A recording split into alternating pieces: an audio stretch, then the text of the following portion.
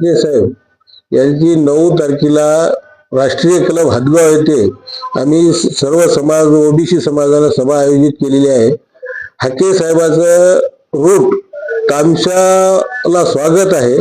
तामशाहून हातगावला आल्यावर इथं रामलीला मैदानावर आमच्या जे काही मोटरसायकल गाड्या वगैरे आहेत ते इथं रामलीला मैदानावर आम्ही थांबवणार आणि तिथून त्यांच्या गाडीच्या पाठीमागे गाडीच्या समोर हजारोंच्या संख्येने जे आमचा ओबीसी समाज जमेल त्या समाजाची रॅली निघून राष्ट्रीय क्लब येथे पोहोचणार आहे।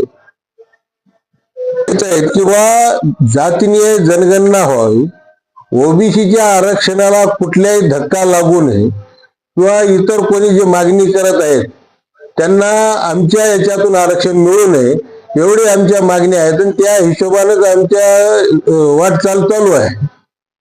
एवढा ती जागा उपलब्ध होती पण आमच्या सगळ्याच्या हिशोबाने आम्ही अगोदर म्हणले लोकांचे कामं धंद्याचे दिवस आहे, आमचा सगळा समाज शेताने काम करणारा मजूर वर्ग आहे, जास्तीत जास्त लोकांना जागा तेवढी पुरते आणि नगरपालिकेला आम्ही कळवलेलं आहे की त्या मारुती मंदिरापासून ग्राउंड त्या दिवशी ते आम्हाला उपलब्ध करून देणार आहेत।